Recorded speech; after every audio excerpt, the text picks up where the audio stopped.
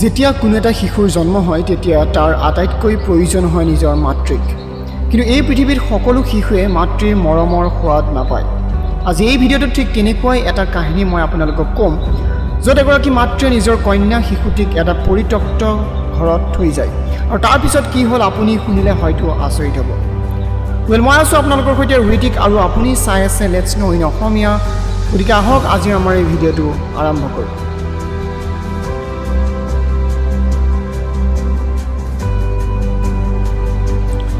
ৰাছিয়াৰ য়াৰোস্লেভ নামৰ এখন চহৰৰ কাহিনী।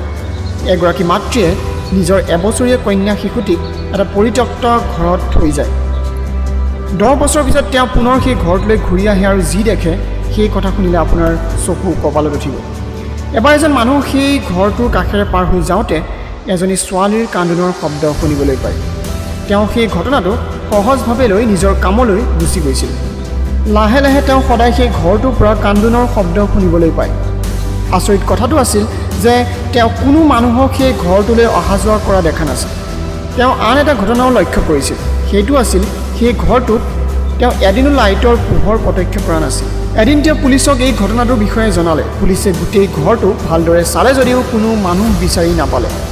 মাত্ৰ এখন কাপোৰৰ ওপৰত এটি কণমানি এবছৰীয়া কন্যা শিশুৱে কান্দি থকা তেওঁলোকে দেখিলে।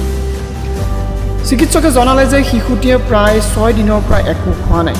পুলিচে কেছটো অনুসন্ধান কৰিলে আৰু ছোৱালীজনীৰ নাম জানিব পাৰিলে। তাইৰ নাম আছিল লিজা শিয়া। কিন্তু দুৰ্ভাগ্যবশত সেই ছোৱালীজনীৰ পিতৃ মাতৃৰ সন্ধান তেওঁলোকে উলিয়াব নোৱাৰিলে। ছোৱালীজনী শাৰীৰিকভাৱে যথেষ্ট দুৰ্বল হৈ পৰিছিল। সেইবাবে তাইক কিছুদিনৰ বাবে এখন চিকিৎসালয়ত ৰখা হৈছিল। সেই চিকিৎসালয়তে এগৰাকী ইনানিকা নামৰ মহিলাই তেখেতৰ ছোৱালীজনীৰ চিকিৎসা কৰাবলৈ আহিছিল। এগৰাকী নাৰ্ছে কণমানি লিজাৰ কাহিনী ইনানিকা নামৰ মহিলাগৰাকীক শুনাইছিল। লাহে লাহে ইনানিকাই লিজাৰ কেয়াৰ ল'বলৈ ধৰিলে। তাই লিজাৰ বাবে কাপোৰ, খাদ্য, খেলা বস্তু আদিও আনিবলৈ ধৰিলে। এদিন যেতিয়া ইনানিকাই লিজাক বিচাৰি চিকিৎসালয়লৈ গৈছিল তেতিয়া লিজাক দেখা নাছিল। সোধা পোছা কৰাৰ পিছত তেওঁ জানিব পাৰিলে যে লিজাক সেই চিকিৎসালয়খনৰ পৰা ডিছচাৰ্জ কৰা হৈছে আৰু এখন অনাথ আশ্ৰমলৈ লিজাক লৈ যোৱা হৈছে। কিন্তু ইনা লিজাৰ সৈতে ঘনিষ্ঠ অৰ্থাৎ ক্ল'জ হৈ পৰিছিল। ইনানিকাই লিজাক বিচাৰি অনাথ আশ্ৰম পালে আৰু তাৰ পৰা লিজাক লৈ আনিলে। ইনাই লিজাক নিজৰ সন্তানৰ নিচিনাকৈ মৰম কৰিছিল। ইনাই লিজাক সকলো সুখ দিব খুজিছিল। লিজাই সৰুতে খোজকাঢ়িব পৰা নাছিল আৰু তাৰ বাবে তাইক এখন ডান্স স্কুলত এডমিশ্যন কৰি দিছিল। অতি সোনকালে লিজাই খোজকাঢ়িবও শিকিলে। বৰ্তমান সময়ত লিজা এগৰাকী টিনেজাৰ, আৰু তাই বৰ্তমান যি কাম কৰি আছে সেই কথা কোনেও ভাবিব নোৱাৰে। লিজা বৰ্তমান এগৰাকী বিখ্যাত মডেল, অৰ্থাৎ বৰ্তমান তাই এগৰাকী বিখ্যাত চেলিব্ৰিটি। লিজাৰ এই কামৰ বাবে তাইৰ প্ৰকৃত মাতৃলৈ এই কথা যাবলৈ বেছি সময় নালাগিল। তাইৰ প্ৰকৃত মাতৃয়ে লিজাক কণ্টেক্ট কৰিবলৈ চেষ্টা কৰিছিল।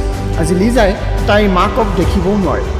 তাইৰ আজিও দুখ লাগে, কিয়নো তাইক মৰিবৰ বাবে তাইৰ মাতৃয়ে এটা বন্ধ কোঠাৰ ভিতৰত তাইক এৰি থৈ যায়।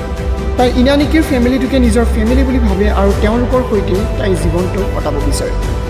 আজিৰ ভিডিঅ'টো শুনি আপোনালোকে কেনেকুৱা পালে নিশ্চয় জনাব তলৰ কমেণ্ট বক্সত। আৰু যদি আপুনি এনেকুৱা ধৰণৰ ইণ্টাৰেষ্টিং ফেক্ট শ্বেয়াৰ কৰিব বিচাৰে তেনেহ'লে আপুনি মোক মেইল কৰিব পাৰে লেটছ ন' ইন assamese@gmail.com আপুনি মোক মেইল কৰিব পাৰে, অথবা আপুনি তলৰ কমেণ্ট বক্সত গৈ মোক কমেণ্ট কৰিব পাৰে। যদি আপুনি চেনেলটোলৈ প্ৰথমবাৰৰ বাবে আহিছে তেনেহ'লে নিশ্চয় ছাবস্ক্ৰাইব কৰিবলৈ নাপাহৰিব, আৰু যদি ভিডিঅ'টো ভাল লাগে নিশ্চয় এটা লাইক কৰিব। গতিকে আজিৰ ভিডিঅ'টো মই ইমানতে সামৰণি মাৰিছোঁ।